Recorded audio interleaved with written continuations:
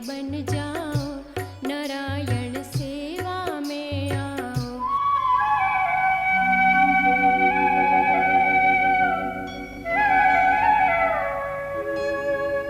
मधुर वचना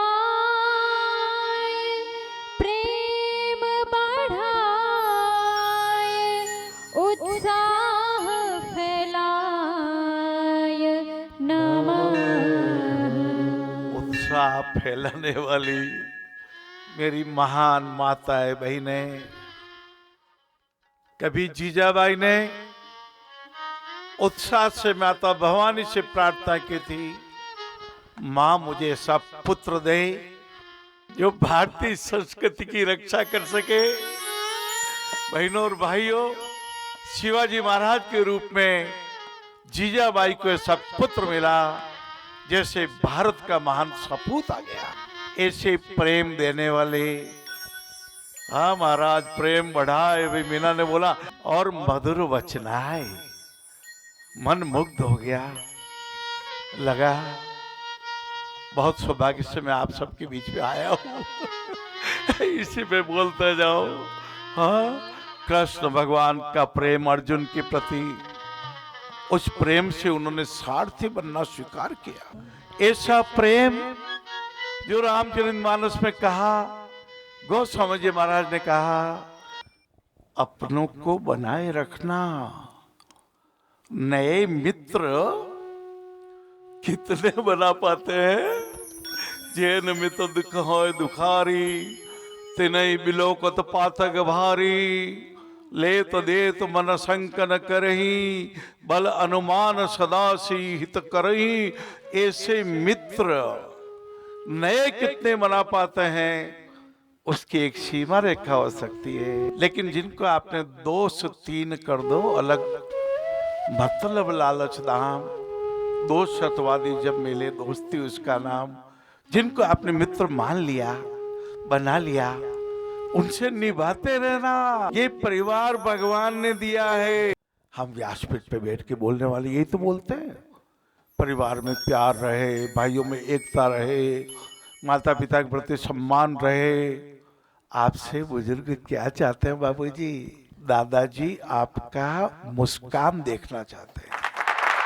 जब आप उनको कहेंगे, दादाजी मैं आपकी आज्ञा लेकर कर्मयोग के लिए मेरे कार्यालय में प्रस्थान करना चाहता हूँ।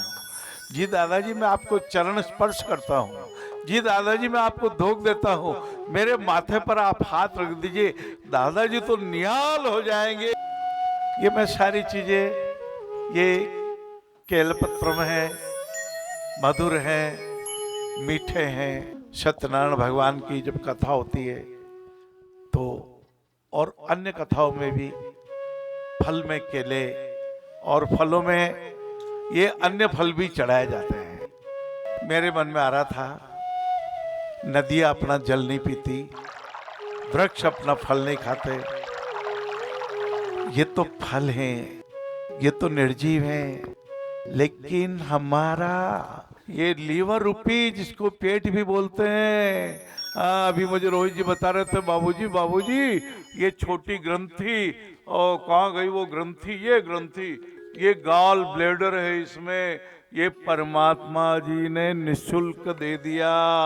अब भी यदि प्रेम नहीं रखेंगे, अब भी यदि उत्साह उल्लास नहीं रखेंगे, अब भी यदि मधुर वचन नहीं बोलेंगे, तो कब बोलेंगे महाराज?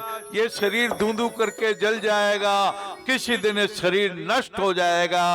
एक वकील ऑफिस में बैठे सोच रहे थे, अपने दिल फला दफा पर बहस करूंगा, पॉइंट मेरा बड़ा प्रबल। माताओं की तपस्या है, बहनों का पराक्रम है, और भाइयों का साथ है। बंधु निभाते हैं और परिवार में एकता बनी रहती है।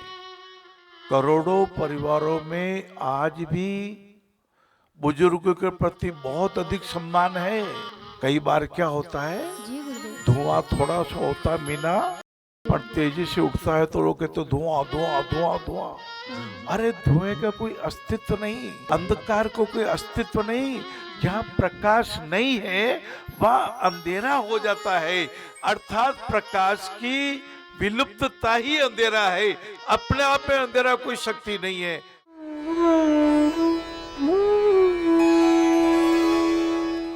खुशियाँ अंदर खूब भरी है, भगवान ने खुश रखने के लिए बहुत दिया है, पर हमारा दुख पकड़ने की आदत पड़ गई। हर चीज को, छोटी छोटी बातों को पकड़ के दुखी होते हैं। भूल जाओ ना, हुआ सुबह हुआ जिसको भूल जाओ, शाम हुआ रात को हुआ जिसको भूल जाओ, सब मस्त रहेंगे। मन की मस्ती कभी खत्म नहीं होनी चाहिए, आप सबों की भी। मन की मस्ती, वाह, मन की मस्ती। मन घोड़े की तरह दौड़ता है। मैं यहाँ बैठी हूँ, मैं अजमेर पहुँच गई हूँ। हाँ, ओ मेरी मम्मी माँ है, मेरे भाई भतीजे हैं, क्या है, कैसे कर रहे होंगे। हाँ, उस दिन तो आज राखी के दिन है, खीर पूड़ी बनाई थी। अब जा नहीं सकते तो कोई बात नहीं, यहीं खा लेंगे, अपन तो खुद बना लेंगे। तो ये क्या मन है, मन कहाँ पहुँच जाता है ना। आप यहाँ बैठे हो, घर पे लगा होगा मेरी मिसेज क्या कर रही है, क्या नहीं कर रही है। मैं जाऊँगा तब तक काम भोजन बना के देगी, खुश रहेगी या उदास रहेगी। जाते मेरे झगड़ा नहीं कर ले कहीं कि आप तो सब्जी लेके ही नहीं आए, आप वो चीज़ लेके ही नहीं आए, मैं कैसे बनाती।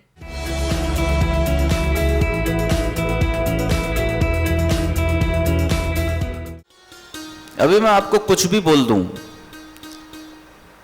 मैंने सॉरी बोल दिया, कुछ गलती की और मैंने कहा हाँ सॉरी, ठीक है गलती हो गई सॉरी, तो आपने वर्ड तो अच्छा बोला है सॉरी, लेकिन बोलने का तरीका आपका अच्छा नहीं है। और अगर आप बोलें भैया सॉरी, क्षमा चाहता हूं, तो सामने वाले व्यक्ति पे प्रभाव पड़ेगा। तो आप क्या करते हैं इससे इंपॉर्टेंट है आप कैसे कहते हैं, क्या कहते हैं इससे इंपॉर्टेंट क्या हो गया, कैसे कहते हैं। एक अंधा व्यक्ति था, वो पानी पिलाता था। अंधा व्यक्ति क्या करता था, राहगीरों को पानी पिलाता था। एक बार एक राजा का नौकर आया, राजा ने कहा पानी लेके आओ मेरे लिए। वो नौकर गया पानी लेने के लिए, उसने कहा ए पानी पिला जल्दी। उसने भाषा का क्या प्रयोग किया, ये अंधे पानी पिला। तो उस अंधे व्यक्ति ने कहा तू नौकर है, नौकर ही रहे, तेरे को मैं पानी नहीं पिलाऊंगा, तू चला जा। नौकर बिना पानी लिए चला गया। फिर सेनापति को भेजा राजा ने। सेनापति ने कहा अंधे व्यक्ति पानी पिलाइए मुझे। तो अंधे व्यक्ति ने उसे भी पहचान लिया। बोले सेनापति जी आप छल कपट के साथ जीते हो, आप मीठी बातों का इस्तेमाल कर रहे हो, आपके अंदर वो मिठास नहीं है, आपको मैं पानी नहीं देने वाला। राजा जी गए, राजा ने कहा मैं आपसे प्रार्थना करता हूं, मुझे बहुत प्यास लगी है, आप मुझे पानी पिला देंगे तो बड़ी कृपा होगी। तो संत व्यक्ति ने कहा राजन आप बैठिए, मैं आपके लिए पानी लेके आता हूं। वो पानी लेके आए और राजन को पिला दिया। तो राजा ने कहा कि तुमने मेरे नौकर को कैसे पहचाना, तुमने सेनापति को कैसे पहचाना। बोले मैंने उनके बोलने से पहचाना कि व्यक्ति की कीमत क्या है। जो नौकर था वो उसी भाषा में बात कर रहा था। मेरे पास आंखें नहीं तो क्या हुआ, मेरे पास ये ज्ञान तो है कि जो व्यक्ति बहुत श्रद्धा के साथ बहुत अच्छे शब्दों को प्रयोग बहुत अच्छे तरीके से करता है, वो कोई छोटा व्यक्ति नहीं हो सकता, वो तो कोई बड़ा व्यक्ति ही होगा।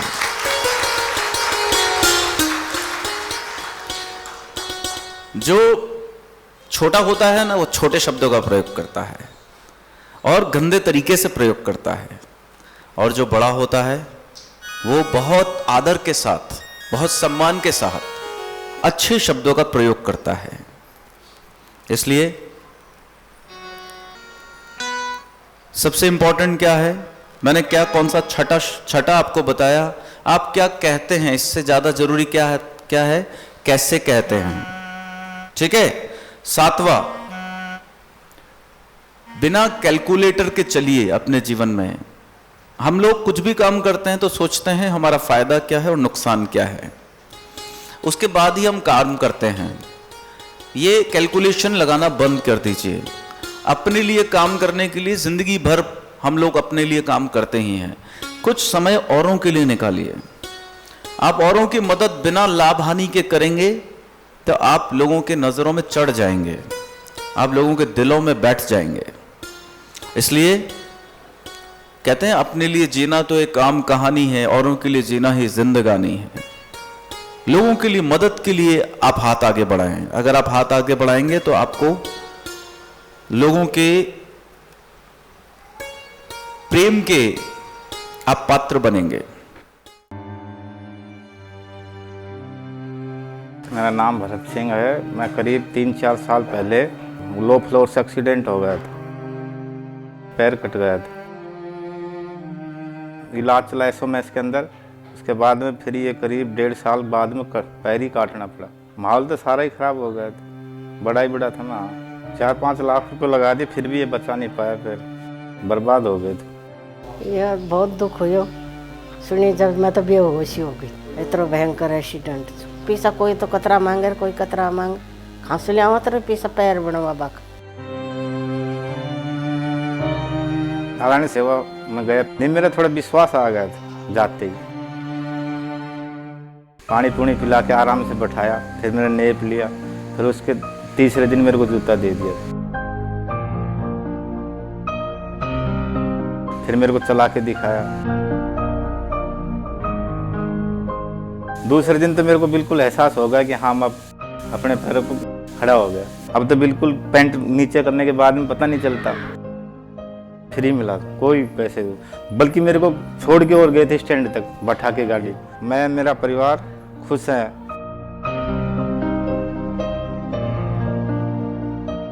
नारायण संस्थान का जो योगदान है समाज के लिए, वो किसी को भी छिपा नहीं है, सबको जानते हैं। नर सेवा नारायण सेवा के माध्यम से उन्होंने जो कार्य किया है, पूरे भारत में क्या विदेश में भी उनका ये नाम चल रहा है कि नर को नारायण के रूप में देखते हुए जो दिव्यांगों की सेवा कर रहे हैं, इस संस्थान के साथ जुड़े और जो कार्य वो कर रहे हैं, तन से, मन से, धन से सहयोग दे करके इस कार्य को और सफल करें।